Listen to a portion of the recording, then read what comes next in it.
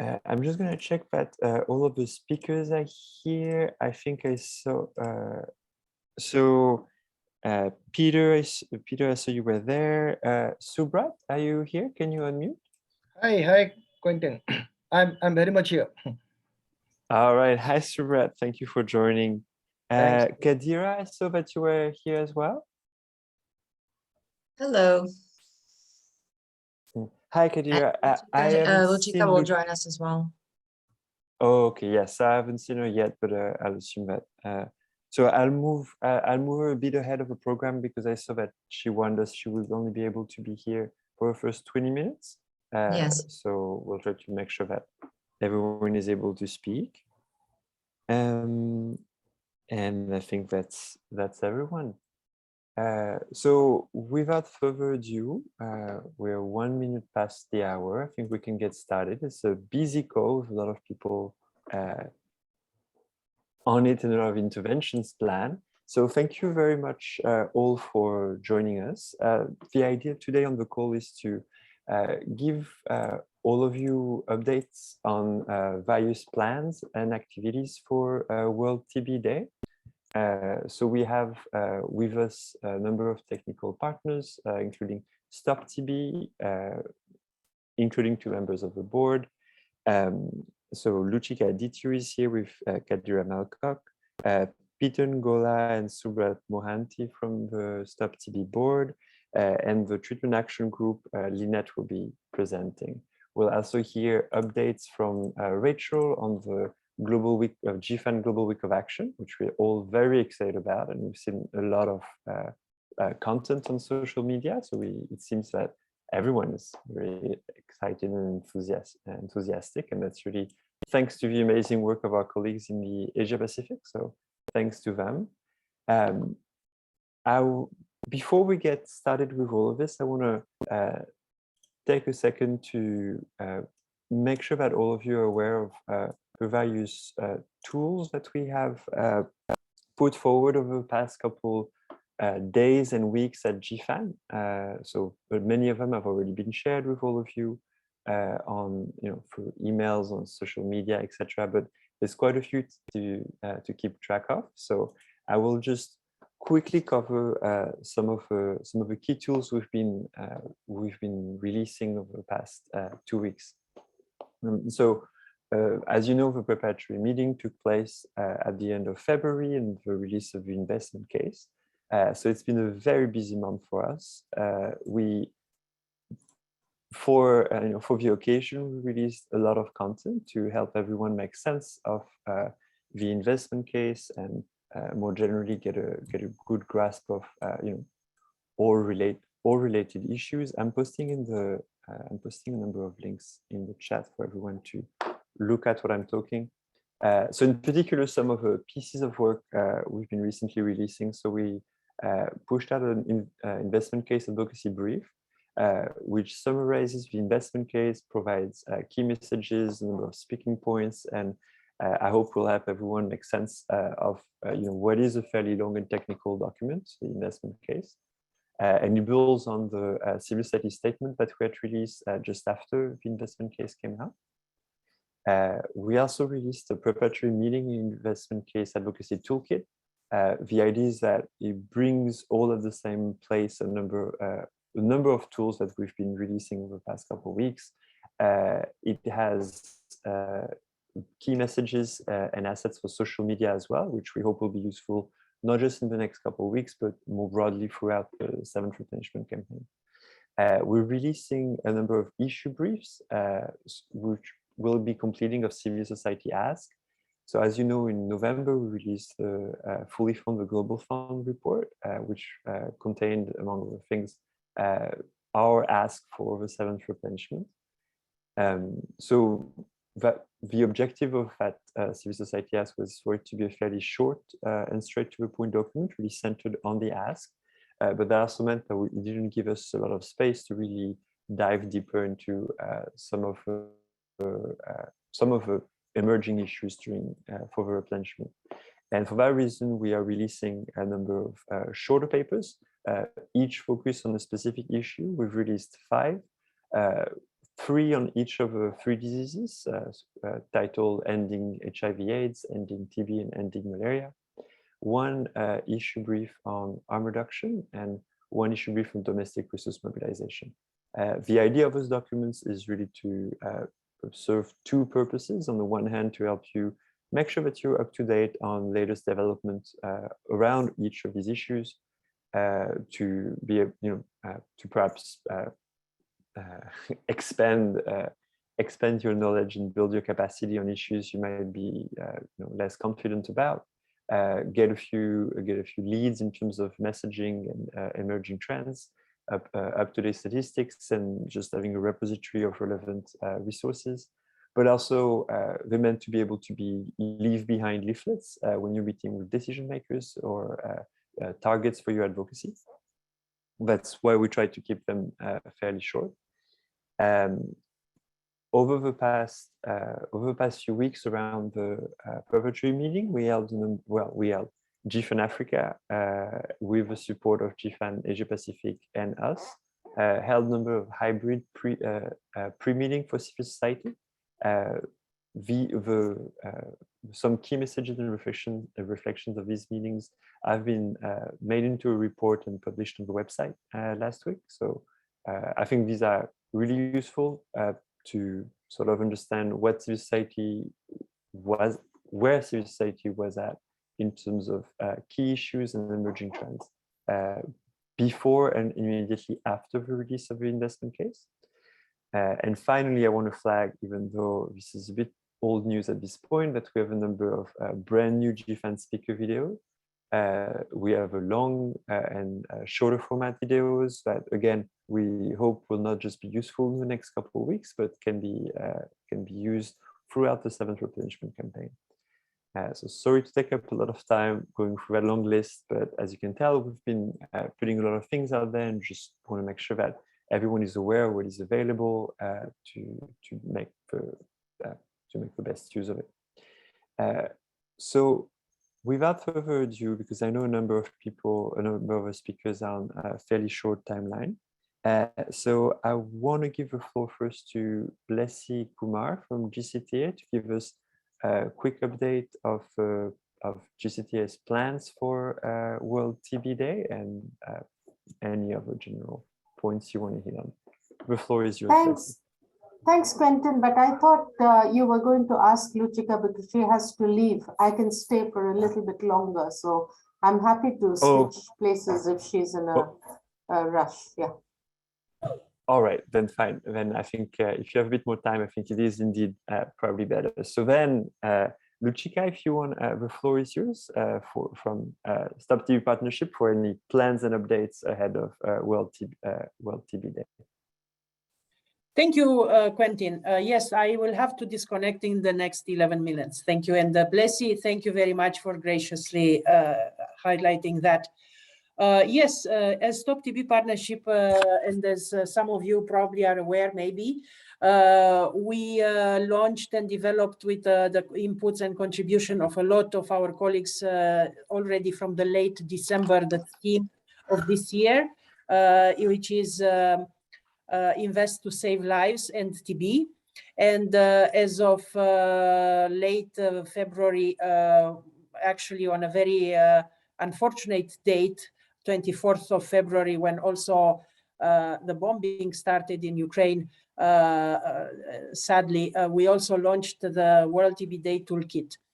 My colleague Adira, who is here, will, if there is time and opportunity, she'll put it in the chat, the campaign toolkit, and also she can present this to us. The same theme is embraced by all our partners. We are very happy. There is not a separate theme, WHO, CDC, and so on, but more important partners that are the real ones at the ground, in the field, doing the work.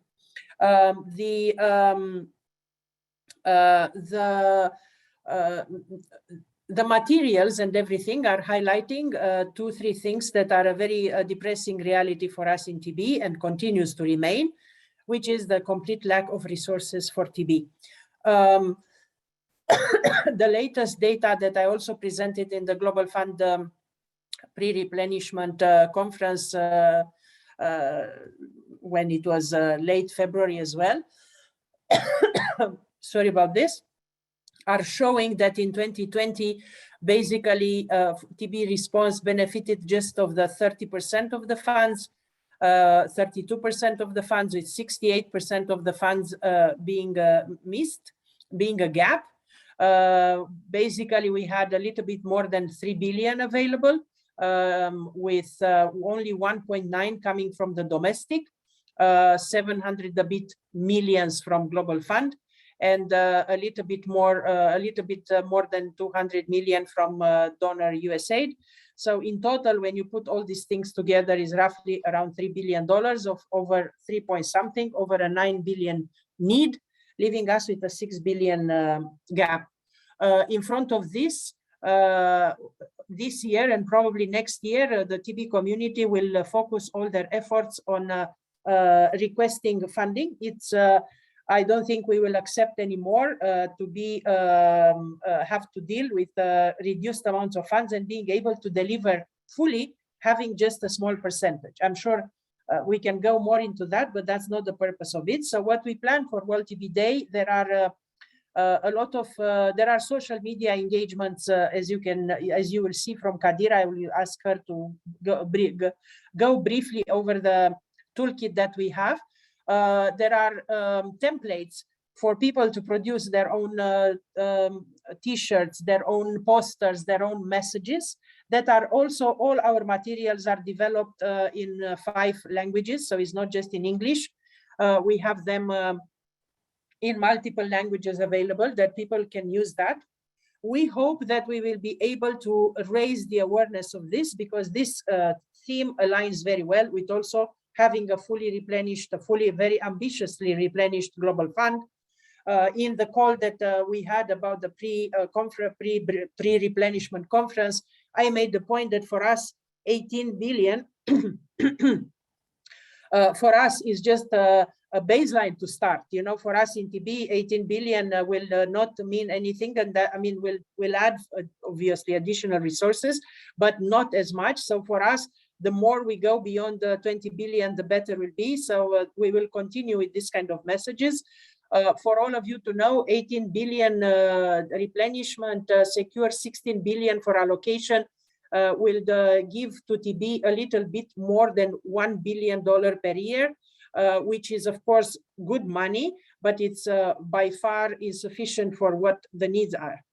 The things that are happening is that there is a huge mobilization at country level in most of the countries. Also, the Stop TB partnership platforms that are available in countries, engagement of, as well of not only civil society, but celebrities and journalists. I know that there will be few live Twitter chats, and as Stop TB, we will organize a press briefing. And I think our colleagues from WHO are planning to organize a press briefing as well. We will not be able to close our eyes to the fact that our dear friends and colleagues from Ukraine are going through hell, and as well the fact that, as you know, TB situation in Ukraine and MDR TB situation in Ukraine were a challenge. The government was doing very well, among the very few countries that they were procuring all the medicines with the domestic budgets. But now there are a lot of challenges over there. So somewhere in our press engagement, we are making sure that this is obviously highlighted as well. There are, as you might be aware, linked to the World TB Day, there will be it's coming in the month of March. It's a TB side event back to back to the G20 health working group meeting that will take place in Jakarta 29 and 30. So it's a little bit after World TB Day, but we are comfortable enough because the topic will be again on TB financing. So I think it's pretty well aligned. We pre-developed some tweets, we pre-developed some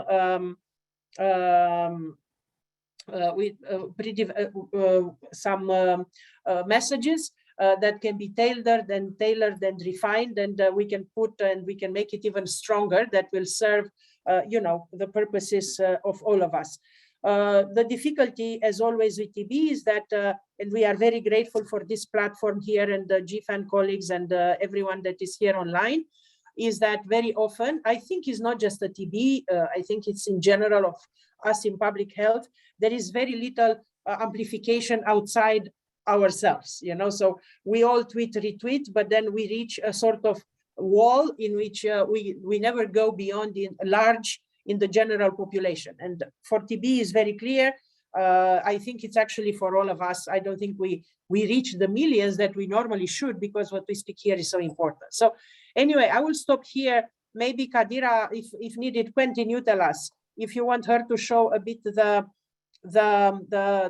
toolkit and the things that are there or not. It's up to you guys, but thank you so much. Thank you so much, Luchika, for making time in your very busy schedule for joining us today. I don't think it would make sense not to take any questions, because I think you'll have to run before you get a chance to answer. But Kadira, if you wanna take some time to perhaps run the participants through some of the key elements in the toolkit. Sure. I will just, the easy thing, the best thing about Spark is that it's actually all about scrolling, but it also requires a tiny bit of patience. So I'll try and be very quick. As Luchika said, the funding gap is what it is. We definitely need to address this in every shape and form we can. And this was the reason to name this theme, Invest in TB and Save Lives. And the toolkit, I think, is very straightforward. I'll just run you through some of its possibilities, and we really do hope that you share with your colleagues and peers and also your interest groups, so that it gets amplified. One of the ways to show the need for money is very obvious. Take an image of your currency, of a coin. We have here kids. My dog even figured in this toolkit with a 20 francs bill, to try and post on the social media the fact that we need the money. It's a quick thing to do. We hope people can adhere to this. There are some preconcepted messages there and easy adaptable for people to use. Tweet your leader. That's a click to tweet. It's the high burden countries list available on our website through here, where you can add your Minister of Health and your that tag, and tweet them about the need to fund TB. So that's an advocacy quick tool to do for people who do use Twitter. There's a nice feature that I particularly like, because it's even if it's not really times of great having fun, but life has to go on. So we developed a little Instagram filter that is also usable on Facebook, where just with the little moves of your head, you can catch the 9 coins. Each coin is 1 billion for the gap. If you do win, it says you contributed to ending TB. If you lose, you have to do it again until you do so. I think for the younger people and age groups, it could be an interesting engagement, trying to explain very, very shortly why we are actually why TB is so important. And for this campaign, as Luchika said, and for all the others, we in the TB world know really well the challenge is to break out a bit of that circle and to reach the people who maybe do not know, or who do not know enough, or who are very much surprised when they hear that TB is actually the second biggest disease killer, or infectious disease killer in the world. And in the toolkit, you have really step-by-step ways, explanations on how to do all these activities. So it should be really straightforward. This is always a nice add-on. I know people do use it. I mean, on all of your social media channels, you can adapt your profile picture and adhere to the cause. I think now it's very commonly used. The social media headers for the ones who do have their own accounts, and if this is appropriate to do, every single asset is accessible from the toolkit directly, obviously. Share on social media tiles that we have pre-prepared. Just to say here that there were 4 important areas that we try to focus with this time: funding gap for TB, funding the recovery from COVID-19 impact, funding the gap for R&D, and trying to push the TB vaccine agenda, and funding for the TB affected communities. Obviously, without who all of this is not efficient if if the grassroots organization is not really effective.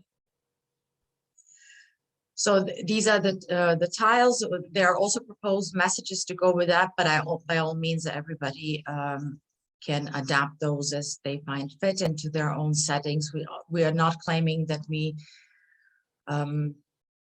develop the messages for all the settings and all the regions and all the countries. This is where everybody's know-how and know-how comes in. The funding gap, as Lucica mentioned, the vaccine development is one of the key R&D developments that need to happen for Astra and TB, as we all know.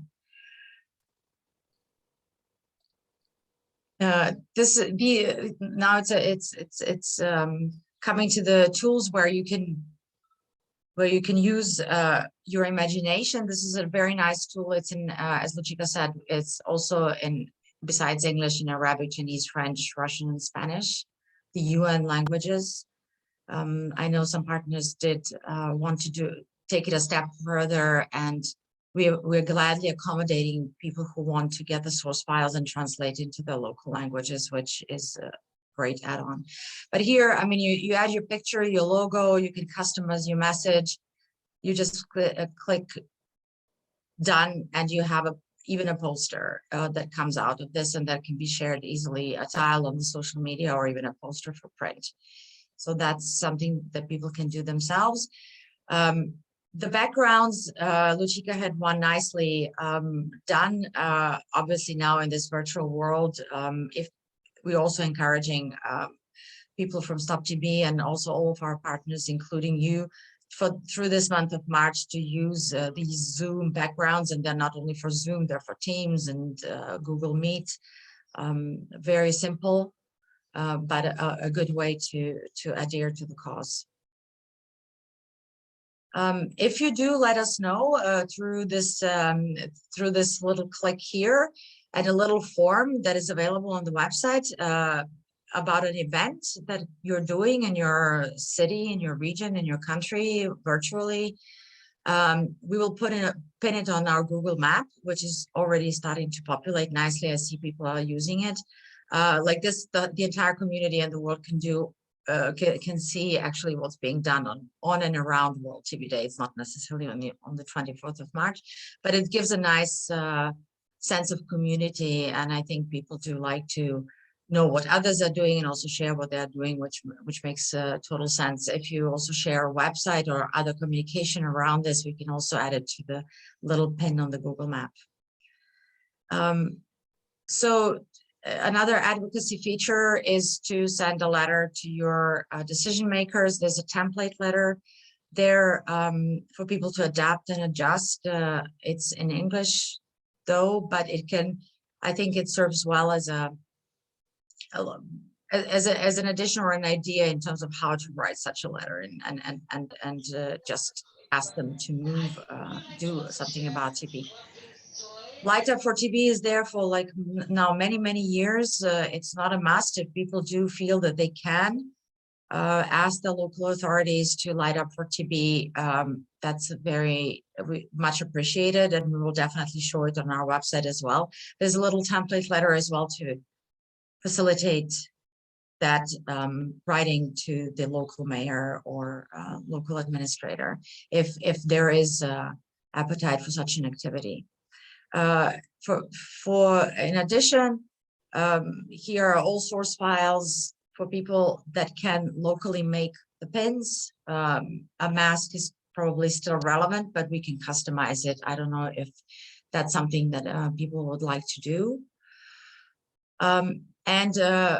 As of next week, we're going to start showing a wall of fame, we call it. It's a page on the website where all the posts on the social media by using the hashtags Invest to NTB, NTB, and World TB Day are pulled through a specific tool and are displayed on our website. And the more posts are coming, the more web pages it's generating, and it's really showing a nice adversity of how people do celebrate World TB Day. I'm sorry, I tried to be short. I don't know if I took a lot of your time. Don't hesitate to call me, write to me, ask if you have questions, or if I can support you in any shape or form. Thank you. Quentin, back to you. Thank you very much, Kadira. It's a very comprehensive toolkit that you put together. I think that's it's going to be really useful for all of us on the call. I don't want to take, so I do want to give room to the Stop TB board to speak, but perhaps before that, because I know that she has to leave soon, I want to give the floor to Blessy and then come back to you, Subrat and Peter. I apologize for the somewhat odd order, but we have to deal with everyone's schedule. So Blessy, the floor is yours. Yeah, thank you so much, Quentin, and really lovely to see all the colleagues. I think Luchika started off on a great note, a little depressing because we don't have enough resources. And so we want to play a little bit around the hashtag, and we want to add to that saying invest in communities. And I think it's important, that communities receive the funding. It should be unacceptable that we work pro bono with absolutely no funding. I mean, be it as it is, the journey continues. And so what we have planned, again, very, very dependent on funding, which is not there. So a little bit playing around, and I'd really like colleagues from the community to use that hashtag as well, invest in communities to end TB. I think that's very important. We're also doing some collaboration with the WHO Southeast Asia Regional Office to organize a webinar on the 23rd. Also, we will be collaborating with GFAN Asia Pacific to bring a few things. We're on board. I also speak as a steering committee member of the GFAN AP. We are very proud to see their media work and amazing new ideas to make it very involved by the communities. Everybody wants to make trains and elephants, so I think that was a great hit. We are also thinking of a joint statement, again, to highlight, the need that the investment needs to go to the right place, and how at least TB community organizations are left behind. And I'm glad that Subrat and Peter are here. Please, I hope you're listening and you hear my voice. We're happy to have a chat with you if you would prefer. We also are very much part of the GFAN AP Action Week as India Working Group, of which GCTA is a part. We've been talking to embassies and highlighting the coming World TB Day and highlighting TB as well. Part of that, really asking them to be brave and to invest more. And also, I think Rachel will talk more, but also to increase domestic funding.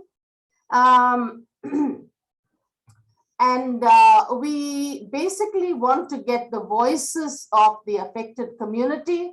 And we want to come up with a short film, but I don't know if it'll be ready by the World TB Day, but that is something they're actually getting people to say what matters to them, you know, where do they see the gaps, and we hope to do that as well, collaboratively with partners like GFAN AP.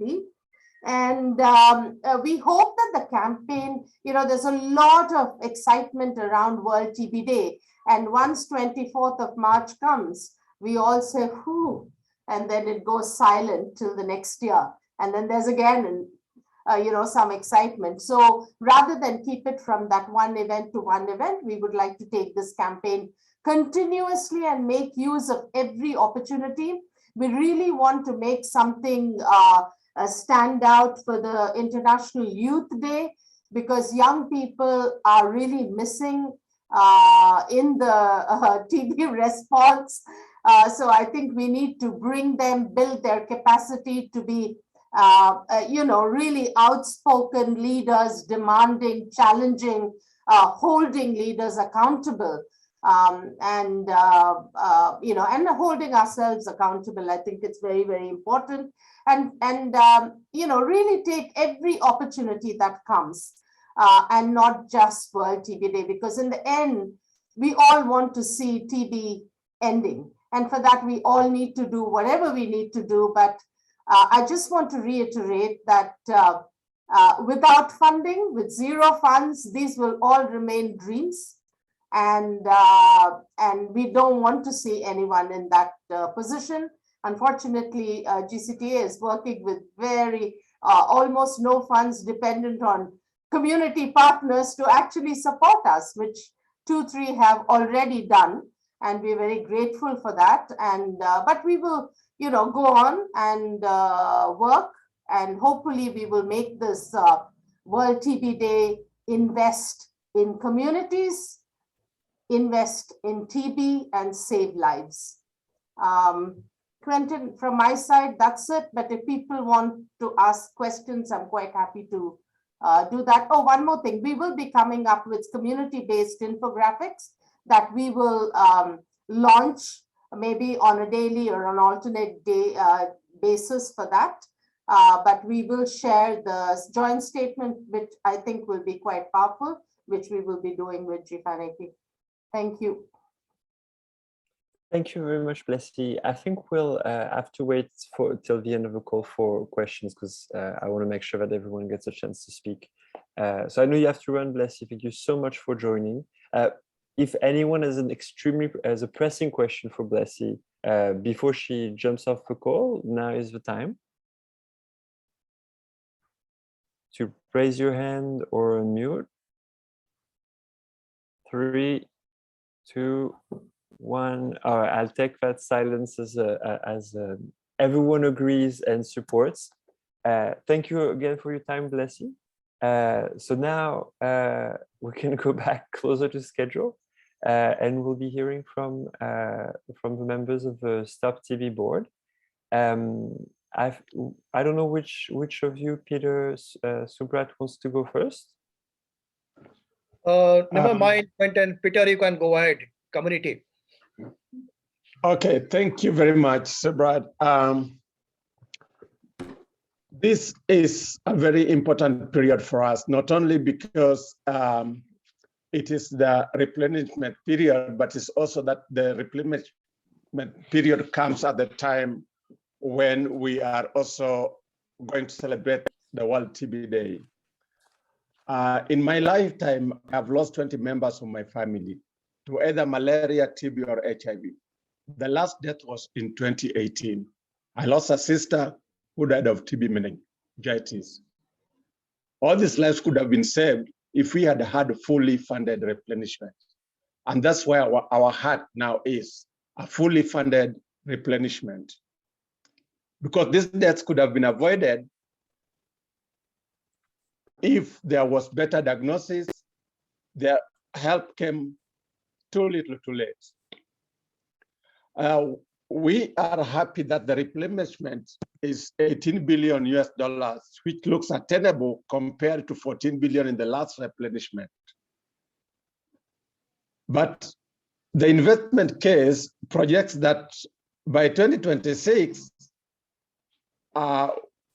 we will have saved with 18 billion, we will have reduced HIV infection by 68%, malaria by 66%, but a miserable 27% in tuberculosis. To us who have had all this TB at community level, we feel that projection is really a disfavor to TB.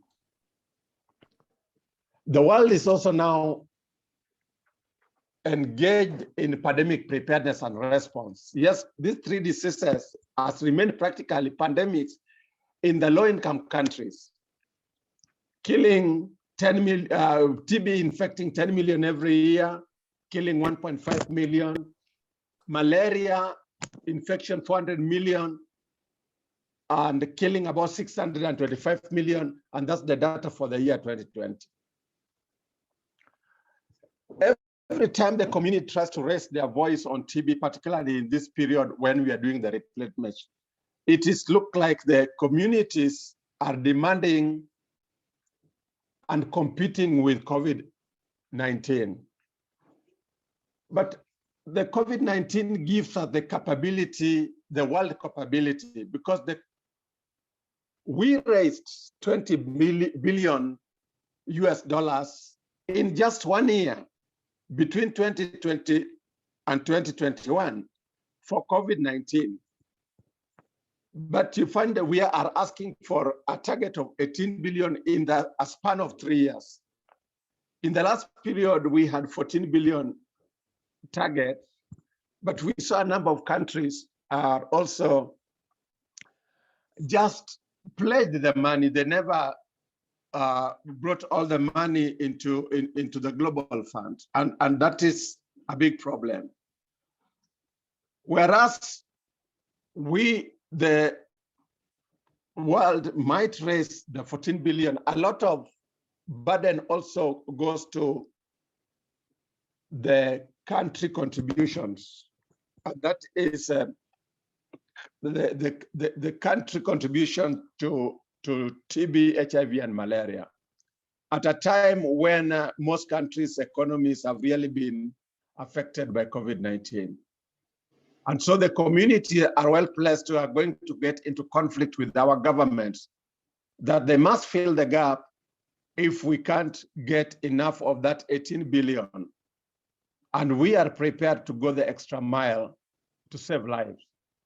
And we are in line with the global community to demand from our governments a fair contribution. But most of all, we are also demanding a fair contribution from the developed world. We have seen the USA set the pace, and we want to see other developed nations helping to give a fair contribution to exceed the bare minimum of 18 billion US dollars. Back to the global, to the World TB Day preparations, we are in Kenya. I'm in the planning team, and the celebration will take place in one of the towns near Nairobi. We had planned to the World TB Day to take place in Kisumu, which is a county with the highest HIV and TB related burdens. But for political reasons, the venue was changed again at the last minute, back to a different town with slightly a lower burden on TB. But all the same, we have prepared some activities, starting with the pre-World TB Day, the weekend of the pre-World TB Day, where we'll be having a mountain hitch. We will be hiking a mountain, the nearest mountain there, and we have invited all the governors of the county, and we have also invited the Minister for Health to come and grace the occasion on that Saturday for the purposes of publicity and also on emphasizing on the replenishment requirement, and more so on the government contribution, country level contribution to the Global Fund and to the diseases. Lucky enough, in Kenya last year, when we had a lot of demonstration where there were no ARVs, it came to attention of the government, to the president, and the president pledged that in this budget cycle, 5 billion Kenya shillings will be allocated for HIV. Unfortunately, it is for HIV only, and it was not for TB, because the complaint was mainly for the HIV, the demonstrations was done mainly by HIV community because of there was lack of ARVs, as there was conflict, political conflict between the PEPFAR and the Kenyan government because of issues of the supplying of the whole things. So with those few remarks, at the Stop TB Partnership, also we as communities and as also NGO delegation, we have a campaign called the 33% campaign, which we are very passionate about. We have not been able to influence much during the Global Fund Board meeting to allow for a 33% fair allocation of TB, because TB has suffered most in terms of the allocation formula. But we are not stopping there, because we did agree that we should not focus only on the Global Fund, but we are also focusing on other partners to help in the in increasing not only the replenishment so that the portion for TB could be higher, but we are also looking for bilateral partners to increase funding. But the most exciting part about this replenishment, just to wind up, is the fact that in this allocation, we have ring-fenced some part of the money. The ask was 4.5 billion for community intervention. And we think that was a very brilliant idea, so that community will feel the Global Fund at grassroots and be supported to respond to the 3 diseases. Thank you. I'll stop there. Thank you so much, Peter, for these remarks. Subrat, the floor is yours. Yeah, thank you, Kantin, and thanks to my previous speakers, Luchika, Blessy, and Peter. Luchika actually raised the point about the funding gaps, and I will start with the theme. The theme for this World TB Day is invest to end TB and save lives. If you all know that a deadly divide document brought out by the civil society and community delegation 2 years back talked about the TB commitments versus the realities. That was very clear that we need investment to save lives. Why? Because every day over 4,000 lives are lost due to tuberculosis. Moving to the funding gaps, we all know, even Peter, Blessy, and Luchika also said very well, we need to double the current levels of funding to end the epidemic. We are grossly disappointed. As the civil society and community delegations, we are grossly disappointed with the decision of the Global Fund Board to not adequately revisit the funding split to fund the disease that is killing the most people. We called for TB 33, which Peter talked about, and we are still advocating for it. We are going ahead with several things around TB 33. We'll continue to do that. We all love Global Fund. We fully support the GFAN ask for 28 billion. We need investment to save lives. But at the same time, we also need to be very specific about our ask. What we are asking, why we are asking for the investment.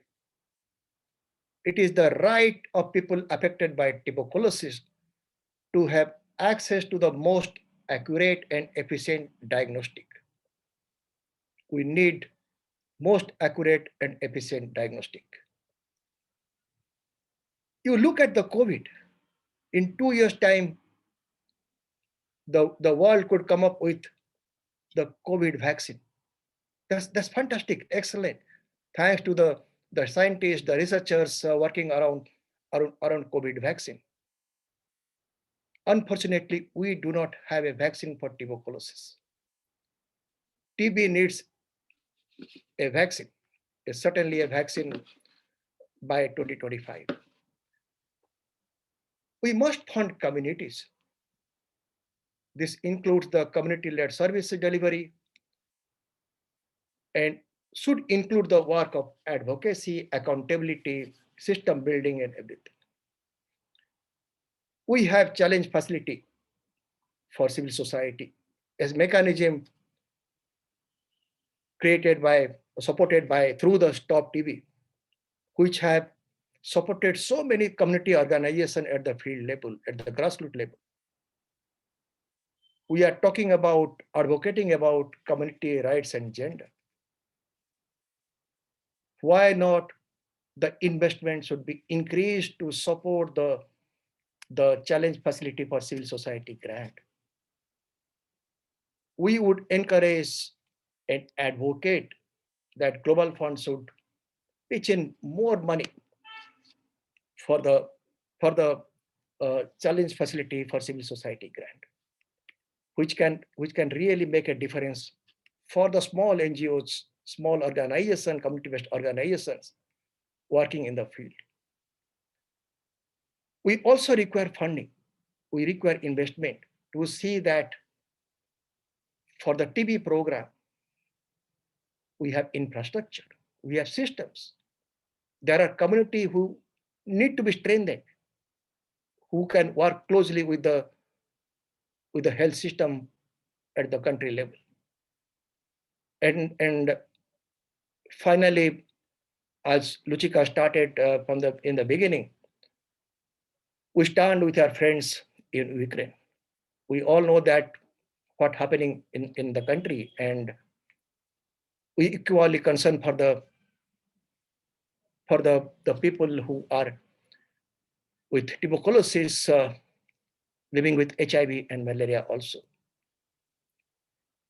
Going to the World TB Day event, I know several countries are doing several things, and in India, I can certainly say that we have a very big plan to at the country level, where there could be the participation of highest level political leaders.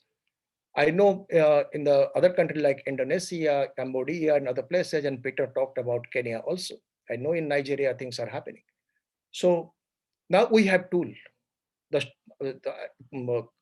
the Stop TB side, it's a beautiful tool they have developed. It's been shared with all the partners. You, GFAN, Quentin, you have come up with a tool also. Same for Blessy, GCTA also, they have now something around World TB Day. So let's use the opportunity. Let's use the best what we can do as civil society and community to spread out, to reach out to several others, to reach out to the policy maker, to reach out to the other stakeholders, advocate for increased investment, and let's hope we can make a change this time. Thank you so much. Over to you, Quentin. Thank you so much, Subharat. So we're running a bit late on time. So I want to give the floor to Lynette from Threatened Action Group for their World TB plan. I'm sorry, Lynette, but if you could keep it to 5 minutes, that would make sure that we have time to hear Rachel's update on the Global Week of Action.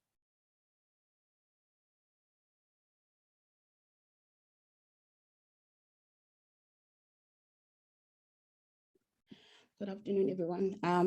So I'm not going to show my face because I'm not looking so great today. So I'm just going to run through the slides quite quick because I know we don't have time. I'm not going to run through all of them because I think you do know the primary issues. So TAG on World TB Day will be launching a campaign called The Right to Prevent TB. And just this I think whole campaign, global campaign, will be focusing on TB preventive therapy. And the campaign won't be just on World TB Day. It will be a campaign that we hope to run throughout 2022. I'm not going to go through the facts. You all know them, blah, blah, blah. You all are all experts. I'll hand over the slides to Quentin to share.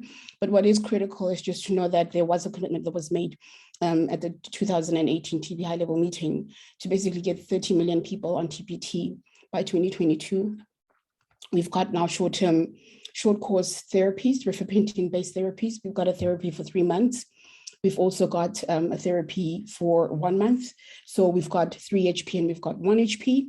And as opposed to what people were used to, which was, of course, Asaneza preventive therapy for 3 to 36 months, depending on country guidelines, these newer therapies are literally 1 month to 3 months. So, you know, they basically do provide a lot of a lot of benefit, as well as to people living with HIV. And here below is stated that they do actually complement DTG-based regimens really well, and are also quite good for children.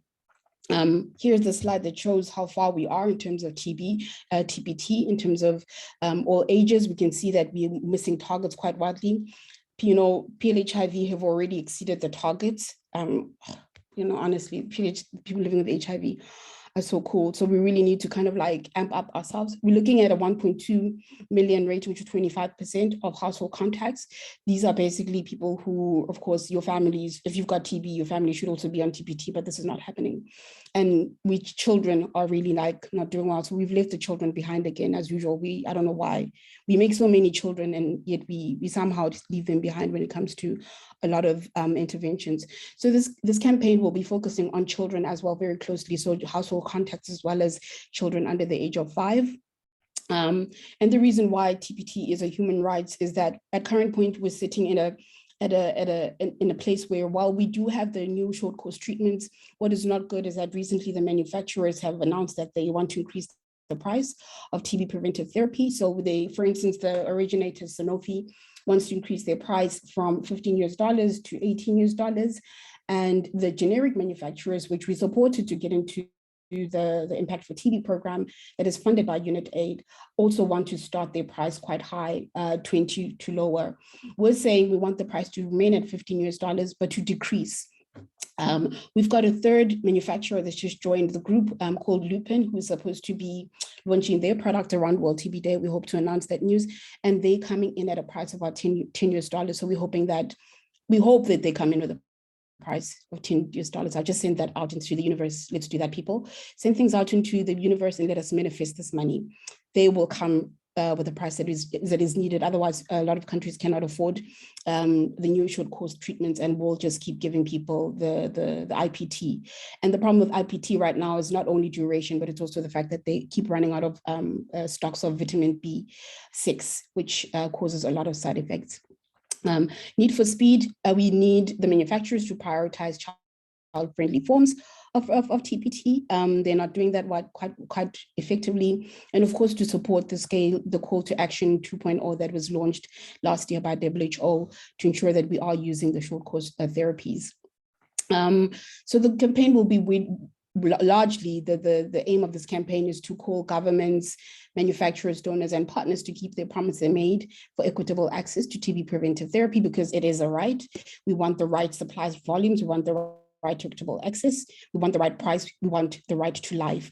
We need to do to TB what we did to COVID-19. We have a vaccine for COVID-19, yet we have none for TB. There was recently a conference on TB vaccines in France, so we are seeing a lot more interest in the TB vaccine, and we have really good candidates in the pipeline, so we really need to invest in that. And of course, we are concurring with Blessy and everyone that we really need to focus on communities. So what will be happening during the global week of global TB week activations is we'll be focusing on these dates to do a lot of the activations, 21 to 23 March. A few countries will be launching this digital campaign through a Spark page, similar to what you've seen right now from Stop TB partnership partners. We're not going to share ours now because we want it to be a surprise, although it's not going to be a surprise, but whatever, just because. And TAG will be producing a global statement that will be signed by global civil society around the right to prevent TB, because, you know, when you go into diagnosing, when you go into treatment, we know how hard that is. We're struggling to even, we're pushing, but we're struggling to even get the short course DSTB treatment for the 4-month one. So let's not even go there. Let's try to prevent it by giving everyone TB preventive therapy. The physical right to prevent TB campaigns will be happening in a few countries that we'll be supporting and rallying behind. So I've noted these countries here. And the only reason why our communities in these countries will be doing this work is, as Blessy said, is because they are being funded already. So if you're not being funded, it's very difficult for you to do stuff. We ask people to do stuff on social media, and I think sometimes they don't even have airtime to do that. So it's quite a big challenge. But these partners in these countries that are working on the Impact for TB project have been funded to do a lot of activations, and they'll be doing stuff like there'll be youth that are doing a lot of Twitter storms and stuff that I don't no longer understand, TikTok things, and we'll be having walks by some of the partners. There'll be IC material being produced. And there is quite a strong call from a lot of countries. Some of these countries, or most of them, already have their updated LTBI guidelines, right? They are really, and those LTBI guidelines already have the short course therapy. Then you get a country like South Africa, which is really oftentimes has a very big mouth around other things, but cannot just get these guidelines out. So TAG, the Treatment Action Group, has literally declared TB a public health emergency in South Africa. We're currently meeting with leadership, with the government, with the NTP, with NDOH, with the national, National Ministry of Health, as well as with the Deputy Director General of Health. And we're basically calling TB a national emergency.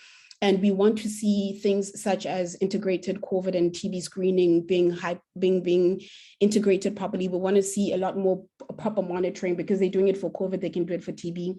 We've asked for the LTBI guidelines to be released on World TB Day. We've asked for SAPRA, which is the regulator, to register the drugs, the FDC, the fixed dose combination drugs that it's refusing to register right now.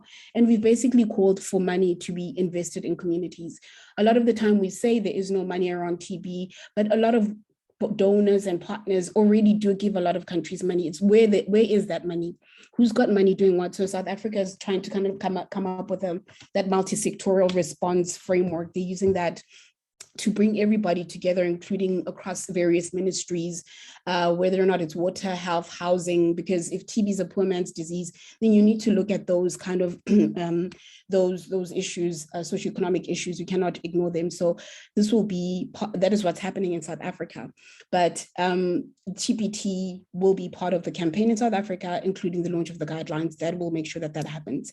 So the campaign will be launched during that week. But as I said, we'll be taking stock, we'll be using the Adobe Spark page throughout the year, throughout various activities and the partners are doing. And then we'll take stock of progress around the International AIDS Conference in Montreal in July and see where we need to course correct the campaign. So we're really hoping that we are able to leverage what GFAN has produced, what Stop TB Partnership has produced, as well as what GCTA has produced, for all of us to come together and, you know, amalgamate all of the materials that we have so that we have one global campaign of sorts that doesn't only end on World TB Day. Yeah, that's it from me. Thanks very much, Quentin. Over and out. Thank you so much, Ninette. That was a very dense presentation, condensed in a short time. Thank you very much for that. Without further ado, I want to give the floor to Rachel to give us an update on the Global Week of Action. And I apologize, everyone, we will be running a bit over time.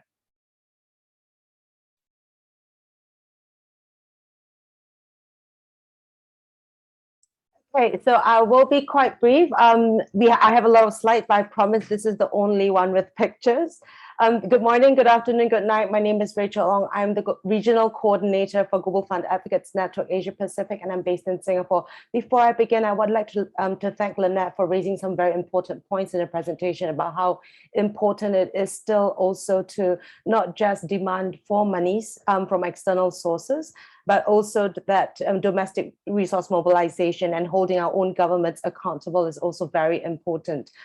Also pointing out a question that Rico asked in the chat, which is something that is really important for us if you're engaging in TB advocacy to be able to reflect and to organize yourselves around. So the Global Week of Action, which is now being carried out very excitedly by communities and civil society across the world, is taking place in Asia Pacific, Anglophone Africa, Francophone Africa.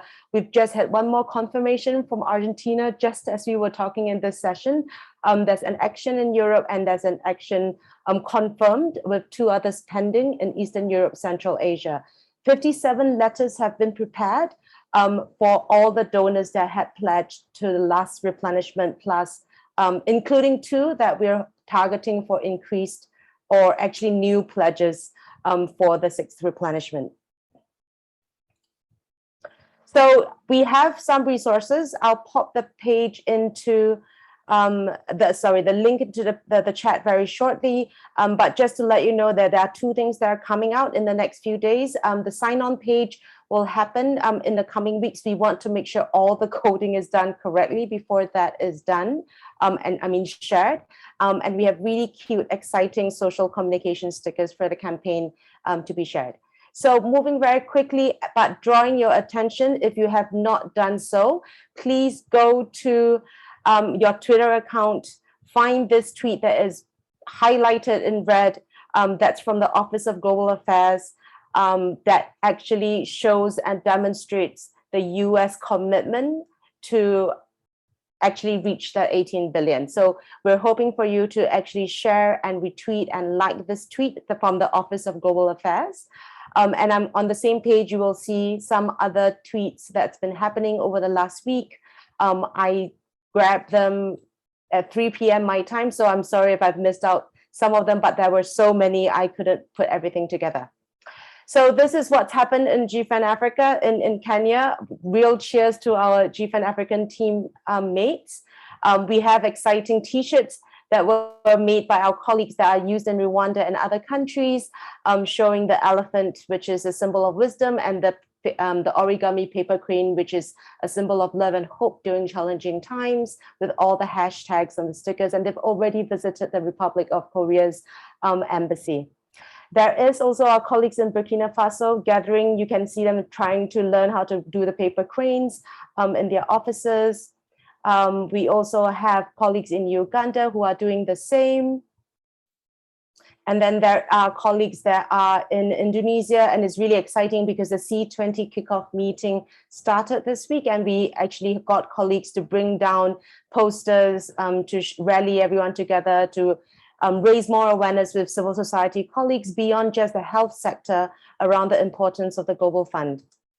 Then we have actions that are being held in Nepal. They've already visited the EU embassy today. And then we have the action that's taking place in Thailand. And it's really exciting because not only are our own community colleagues doing this, but they've actually even mobilized their children to help out as well. And just as a side note, GFAN AP will be actually doing a solidarity mobilization sometime in the next 2 to 3 weeks that we will look at folding blue and yellow paper cranes that will be sent to the embassies of Ukraine in this region. So in Sri Lanka, we also had a virtual meeting that was with the Swedish embassy, and you can see all the materials that are there with that have been prepared. So Quanton, over to you.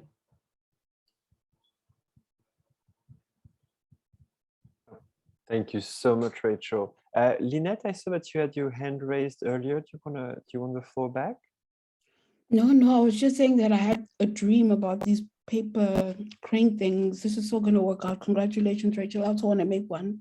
I was learning. Do we go on the page to learn how the step by step? You go. So let me Maybe- send the things onto the chat. But thank you for this. I think it's been really touching for me to see the mobilization taking place at the country level, because I think the last 2 years have been really difficult for our communities, as we know of all the situation happening. So a big shout out and thank you to all our community members for taking time to be part of this movement. Thanks, Rachel, and thanks, Lynette.